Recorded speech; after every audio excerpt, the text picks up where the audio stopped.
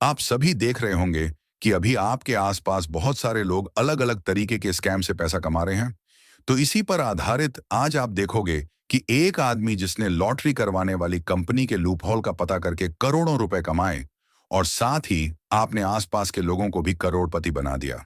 तो फिर चलते हैं मूवी की तरफ। ये जेरी नाम के एक बूढ़े आदमी की सच्ची कहानी है। तो कहानी शुरू होती है मिशिगन के एक छोटे से टाउन से, जहां जेरी नाम का आदमी अपनी पत्नी मार्ज के साथ रहता है। जेरी मैथ का जीनियस है। वह 30 साल एक कंपनी में काम करने के बाद रिटायर्ड हो चुका था। उसके रिटायरमेंट पर घर वाले छोटी सी सेलिब्रेशन पार्टी रखते हैं। वहीं पर उसका बेटा और बेटी होते हैं। डिनर के बाद हम देखते हैं जेरी पूरा दिन खाली खाली बैठा रहता था।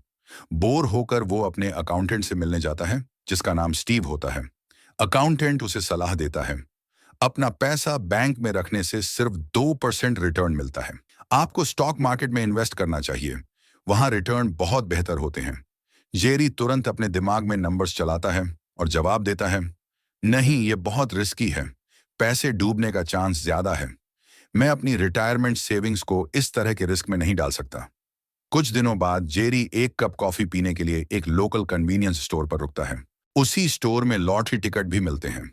जब वह वहां बैठा होता है तो वह स्टोर के मालिक को एक औरत से बात करते हुए सुनता है कि इस लॉटरी का पहला इनाम $0.2 मिलियन है, और अगर किसी को भी इनाम नहीं निकले तो एल इनाम की रकम उन खिलाड़ियों में बंट जाती है, और जिनके 5, 4 या 3 नंबर मैच करते हैं उन्हें भी अच्छा इनाम मिलता है। जेरी ध्यान से सुनता है। उसके बाद लॉटरी के नियम देखने के बाद कुछ कैलकुलेशन करता है, और कैलकुलेशन करने के बाद उसे लॉटरी का एक पैटर्न दिखता है। उसे कुछ अजीब बात समझ में आती है। इसमें एक लूप होल है और वह लॉटरी से अच्छा पैसा कमा सकता है। उत्साहित होकर वह अपने अकाउंटेंट के पास वापस जाता है और कहता है, मैं अपनी सेविंग्स से लॉटरी टिकट खरीदना चाहता हूं। अकाउंटेंट हैरान रह जाता है। रुको, तुम वही आदमी हो जिसने कहा था कि स्टॉक मार्केट बहुत रिस्की है, और अब तुम लॉटरी पर जुआ खेलना चाहते हो? जेरी मुस्कुराता है और अपना लॉजिक समझाता है। 6 में से 3 नंबर मैच होने का चांस 54 में एक है। 4 नंबर मैच होने का चांस 1,509 में एक है। अगर मैं $2,000 के टिकट खरीदता हूं तो संभावना है कि मुझे कम से कम एक टिकट मिलेगा जिसमें 4 मैच होंगे। यह $1,000 है। और लगभग 36 टिकट जिनमें 3 मैच होंगे, हर एक की कीमत $50 है। ये और $8,800 हो गए। कुल मिलाकर मैं $2,000 के इन्वेस्टमेंट से $2,800 कमाऊंगा। यह $800 का प्रॉफिट है। यह किस्मत नहीं, मैथ है। अकाउंटेंट को शक है, लेकिन जेरी को भरोसा है, इसलिए वह लॉटरी टिकट में $2,000 इन्वेस्ट करता है। लेकिन जब ड्रॉ का रिजल्ट आता है तो उसे $372 का नुकसान होता है। निराश होकर जेरी को खुद पर शक होने लगता है। कुछ दिनों बाद अपने कैलकुलेशन को दोबारा चेक करने के बाद जेरी को अपनी गलती का एहसास होता है। उसका सैंपल साइज बहुत छोटा था। उसने बस इतने टिकट नहीं खरीदे थे कि प्रोबेबिलिटी उसके पक्ष में काम कर सके। इसलिए अगले महीने वह बड़ा करने का फैसला करता है।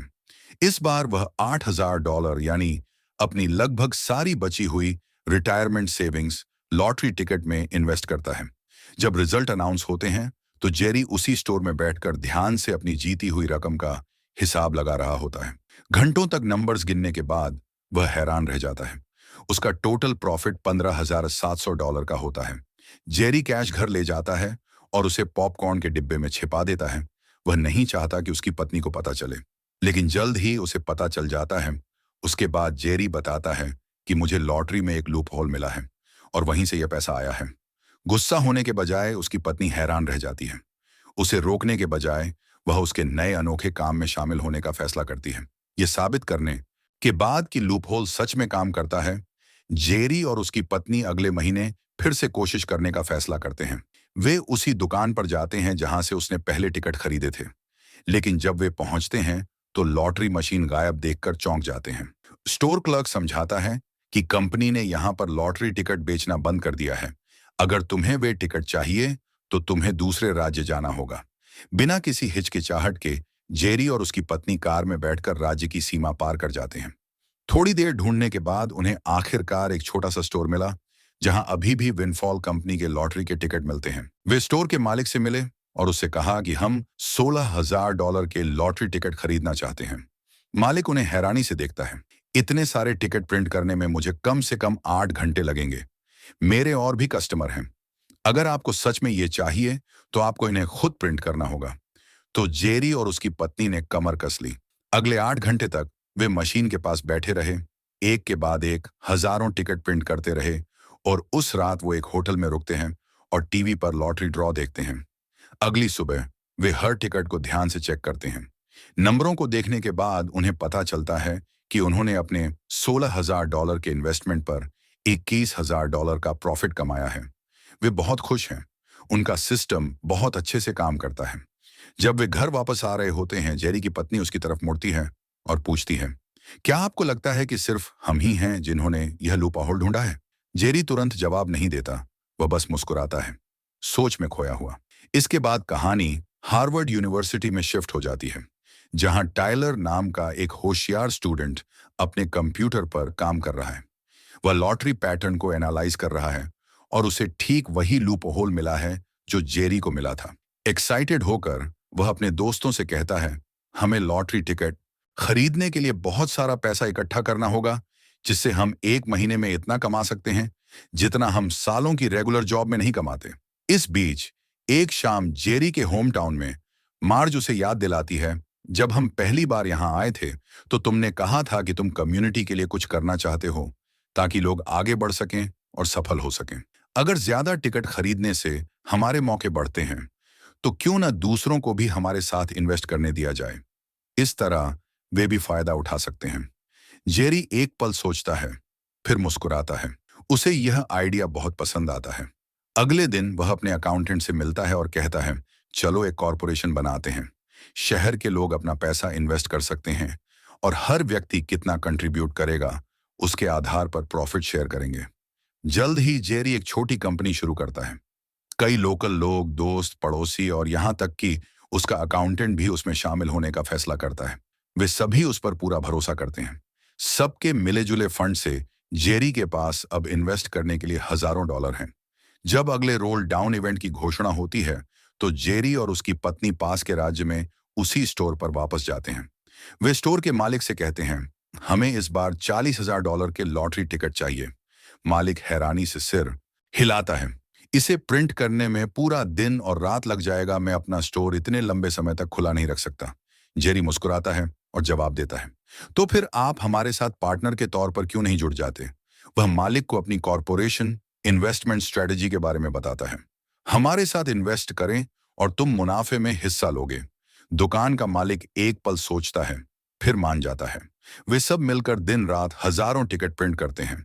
जब ड्रॉ के रिजल्ट अनाउंस होते हैं तो उन्हें एक बार फिर बड़ी कामयाबी मिलती है। स्टोर का मालिक हैरान रह जाता है। उसने ऐसा पहले कभी नहीं देखा था। अगले कई महीनों तक जेरी, उसकी पत्नी और उनके छोटे से शहर की कॉरपोरेशन यही काम करते रहते हैं। हर बार वे दूसरे स्टेट जाते हैं, ढेर सारे टिकट प्रिंट करते हैं और बार बार जीतते हैं। इस बीच हार्वर्ड में टायलर और उसका ग्रुप भी कैश अर्न कर रहे हैं। वह अपने पहले ही लॉटरी में वे $50,000 का प्रॉफिट कमाते हैं और टायलर डिसाइड करता है कि जीते हुए पैसों का अगले महीने फिर से लॉटरी टिकट खरीदेंगे ताकि वे जीती हुई रकम बहुत ज्यादा बढ़ा सके। फिर टायलर का एक दोस्त कुछ इंटरेस्टिंग बात बताता है और वह कहता है, मिशिगन में एक बूढ़ा आदमी और उसने हमसे कहीं ज्यादा पैसे कमाए हैं। वो भी इसके बारे में जानता है। इसीलिए लॉटरी का इनाम 2 भागों में बंट जाता है। टायलर पूछता है कि तुम्हें यह सब कैसे पता चला? तो एरिक कहता है कि मैंने विंडफॉल की वेबसाइट हैक की थी। तभी मुझे पता चला कि वह आदमी लाखों डॉलर कमा चुका है। और एरिक उसे जेरी की पूरी डिटेल्स दे देता है। और टायलर को पता चलता है कि सारे टिकट एक ही दुकान से प्रिंट हो रहे हैं, तो वो सोचता है कि फिर तो उसे टिकट प्रिंट में बहुत टाइम लगता होगा। मुझे लगता है कि वो अभी भी टिकट प्रिंट कर रहा होगा। दूसरी तरफ स्टोर पर एक और सफल ड्रॉ के बाद वह अपनी शादी की सालगिरह मना रहे होते हैं। टायलर सीधे उनके पास जाता है और कहता है, मुझे पता है कि तुम्हें लॉटरी लूप हॉल के बारे में पता है। मैं चाहता हूं कि तुम हमारे साथ इन्वेस्ट करो। हम सब मिलकर पूरे गेम को कंट्रोल कर सकते हैं और तुम्हें प्रॉफिट में अपना हिस्सा भी मिलेगा। जेरी उसे शांति से देखता है और जवाब देता है, मुझे कोई इंटरेस्ट नहीं है। मैं यह सिर्फ पैसे के लिए नहीं कर रहा हूं। जेरी आगे कहता है, मैं यह इसलिए करता हूं क्योंकि मुझे यह काम पसंद है। इससे मेरा दिमाग तेज रहता है और सबसे जरूरी बात, मैं यह अपने शहर के लिए, उन लोगों के लिए करता हूं जिन्होंने मुझ पर भरोसा किया। वह टायलर और उसके ग्रुप को अपने साथ आने का मौका भी देता है, लेकिन वे मना कर देते हैं। निराश और बेइज्जत होकर टायलर अपने दोस्त के साथ स्टोर से बाहर निकल जाता है। इस बीच हम माया नाम कीनिया लेडीज को देखते हैं, जो एक न्यूज़पेपर में रिपोर्टर थी। माया की बॉस उसे लॉटरी टिकट पर एक आर्टिकल लिखने के लिए कहती है। इसीलिए वह सभी लॉटरी कंपनी पर रिसर्च करना स्टार्ट कर देती है, जिससे उसे पता चलता है कि जेरी नाम का एक आदमी विंडफॉल नाम की कंपनी से हर महीने लाखों रुपए कमा रहा है। दूसरी साइड जेरी के शहर में वापस जिंदगी बदल रही है। उसकी शुरू की गई कंपनी की वजह से पड़ोसी कर्ज चुका रहे हैं और अपने सपने पूरा कर रहे हैं। आगे देखते हैं कि टायलर जेरी से मिलने के लिए कॉफी शॉप पर आता है। उसे देखकर जेरी कहता है कि तुम्हारे साथ काम नहीं करूंगा। तो टायलर कहता है कि अगर वह लॉटरी के टिकट खरीदता है तो वह उसके सारे अकाउंट हैक कर लेगा। यह सुनकर जेरी डर जाता है और तय करता है कि वह अब कोई लॉटरी नहीं खरीदेगा, और ये बात वह अपने बाकी इन्वेस्टर्स को भी बताता है और कहता है कि लॉटरी कंपनी ने सिस्टम में कुछ बदलाव किए हैं, इसलिए हम लॉटरी से अब पैसे नहीं जीत पाएंगे, इसलिए अब हम ये काम पूरी तरीके से बंद कर रहे हैं। तभी वहां पर कॉफी शॉप का मालिक जेरी के लड़के को टायलर की धमकी के बारे में बताता है। तब डग जाकर जेरी को समझाता है कि कॉलेज के लड़कों की दी हुई धमकी से नहीं डरे, और कहता है कि आप पर शहर के लोगों का भरोसा है। इससे जेरी को फिर से हिम्मत मिलती है और फिर से लॉटरी का टिकट खरीदने के लिए जाता है। और दूसरी तरफ टायलर और उसके दोस्त, उन्हें लगता है कि अब जेरी टिकट नहीं खरीदेगा और उन्हें मुनाफा ज्यादा होगा। लेकिन जब उसे पता चलता है कि जेरी ने भी टिकट खरीदे हैं, तो वो एक प्लान बनाता है। विनफॉल कंपनी लॉटरी तब निकलती है जब $2 मिलियन के टिकट बिक जाए। ऐसा हमेशा महीने के लास्ट में होता था। अब हम जैसे $1 मिलियन के टिकट बिकेंगे, हम बाकी के $1 मिलियन के टिकट खरीद लेंगे। वह पैसों के जुगाड़ के लिए वह अपने पिता के अमीर दोस्तों के पास जाता है और उन्हें स्कीम बताकर फंडिंग पक्की करते हैं। जैसे ही टिकट की बिक्री $1 मिलियन तक पहुंचती है, टायलर और उसका ग्रुप बाकी टिकट खरीद लेते हैं, बिल्कुल प्लान के मुताबिक। जब जेरी अपने टिकट खरीदने आता है तो उसे बताया जाता है, सॉरी, रोल डाउन पहले ही हो चुका है। उसी पल उसे समझ आता है कि क्या हुआ है। टायलर ने उसे बाहर करने के लिए हैक किए गए लॉटरी डेटा का इस्तेमाल किया है। जेरी हार्वर्ड यूनिवर्सिटी जाता है। वह टायलर और उसके दोस्तों के पास जाता है और वह कहता है, मैंने कभी अमीर बनने के लिए नहीं खेला, मैंने इसलिए खेला क्योंकि मुझे काम पसंद है। इसने मुझे एक मकसद दिया और मेरे दोस्तों और पड़ोसियों को बेहतर जिंदगी बनाने का मौका दिया। फिर उसकी आवाज भारी हो जाती है, लेकिन तुम्हें तो पढ़ाई करनी चाहिए थी। तुम्हारे माता पिता ने तुम्हें यहाँ सीखने, भविष्य बनाने के लिए भेजा था। इसके बजाय तुम लॉटरी नंबरों के बारे में सोचने और हजारों टिकट स्कैन करने में अपना समय बर्बाद कर रहे हो। जब सिस्टम बदलेगा और यह लूप होल खत्म हो जाएगा तो तुम क्या करोगे? वहां से जेरी सीधे विंडफॉल लॉटरी हेडक्वार्टर जाता है। वो कंपनी डायरेक्टर से मिलता है और कहता है, हार्वर्ड के कुछ स्टूडेंट्स ने तुम्हारी वेबसाइट हैक कर ली है। उन्हें ठीक ठीक पता है कि कितने टिकट बिके हैं और वे उस जानकारी का इस्तेमाल करके जल्दी रोल डाउन शुरू कर रहे हैं। अगर आप हर दिन टिकट बिक्री का डेटा पब्लिक में जारी करते हैं तो सभी को जानकारी का बराबर एक्सेस मिलेगा और कोई भी सिस्टम को धोखा नहीं दे पाएगा। अधिकारी मान जाते हैं। उस दिन से लॉटरी कंपनी अपनी वेबसाइट पर टिकट बिक्री का डेटा खुले तौर पर पोस्ट करना शुरू कर देती है। जब टायलर को पता चलता है तो वह बहुत गुस्सा होता है। वह जानता है कि इसके पीछे जेरी का हाथ है। जैसे ही अगला रोल डाउन पास आता है, टायलर अपने दोस्तों को अपने साथ आने के लिए बुलाता है, लेकिन कोई नहीं आता। जेरी की बातों ने उन्हें बदल दिया था। वे सभी अपनी पढ़ाई पर लौटने का फैसला करते हैं। इस बीच जेरी की जांच कर रही रिपोर्टर आखिरकार अपनी कहानी खत्म कर लेती है। लॉटरी डेटा का रिव्यू करते समय उसे दो नाम खास लगते हैं। मिशिगन से जेरी और हार्वर्ड से टायलर। दोनों ने एक ही मैथमेटिकल कमी से लाखों कमाए थे। वह सबसे पहले जेरी से मिलने जाती है। जब वह उससे पर्सनली मिलती है तो वह हैरान रह जाती है। वह वैसा लालची जुआरी नहीं है जैसा उसने सोचा था, बल्कि एक दयालु, विनम्र आदमी है जिसने अपने टैलेंट का इस्तेमाल अपनी कम्युनिटी की मदद के लिए किया। उस पल वह दोनों आदमियों के बीच का फर्क समझ जाती है। जेरी ने अपने ज्ञान का इस्तेमाल दूसरों को ऊपर उठाने के लिए किया, जबकि टायलर ने इसका इस्तेमाल सिस्टम का फायदा उठाने के लिए किया। अगले दिन अखबार ने उसका आर्टिकल फ्रंट पेज पर छापा, जिसमें पूरी कहानी बताई गई कि कैसे जेरी और टायलर दोनों ने विंडफॉल लॉटरी में एक कमी का पता लगाया और उसे सोने की खान बना दिया। लॉटरी कंपनी के अधिकारियों को आखिरकार एहसास होता है कि उनके सिस्टम में बड़ी कमजोरियां हैं और वे तुरंत गेम को पूरी तरह से रीडिजाइन करने की घोषणा करते हैं। कुछ दिनों बाद जब जेरी और उसकी पत्नी अपने रोजाना के स्टोर पर लौटते हैं, तो स्टोर मालिक भारी मन से कहता है कि कंपनियों ने हमारे सभी लॉटरी लाइसेंस कैंसिल कर दिए हैं। हम अब टिकट नहीं बेच सकते। लॉटरी ने उन सभी स्टोर के लाइसेंस रद्द कर दिए हैं। उसी समय हार्वर्ड में टाइलर के पिता हाथ में अखबार पकड़े हुए अपने बेटे के रूम में घुसते हैं और तेजी से कहते हैं, तुमने अभी के लिए काफी पढ़ाई कर ली है, अपना सामान पैक करो, तुम मेरे साथ घर आ रहे हो। अखबार की खबर आने के तुरंत बाद टेलीविजन न्यूज चैनलों ने इसे दिखा दिया।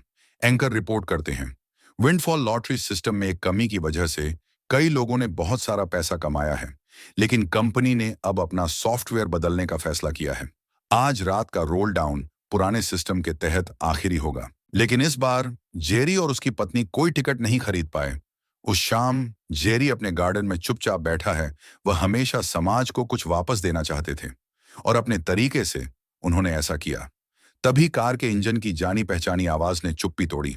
बाहर एक कार आकर रुकी। यह जेरी का अकाउंटेंट है, वही आदमी जिसने कभी उसके लॉटरी आइडिया को पागलपन कहा था। मुस्कुराते हुए वह कहता है, सब तुम्हारा इंतजार कर रहे हैं। जेरी अपनी पत्नी के साथ उसके पीछे जाता है और उसे हैरानी होती है कि वहां भीड़ जमा हो गई है। यह एक सेलिब्रेशन है, एक सरप्राइज पार्टी जो पूरी तरह से उसके सम्मान में ऑर्गेनाइज की गई है।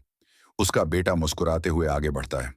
डैड, आपने इस बार टिकट इसलिए नहीं खरीदे क्योंकि आपको लगा कि आप नहीं खरीद सकते, लेकिन हमने किया। हम सब ने।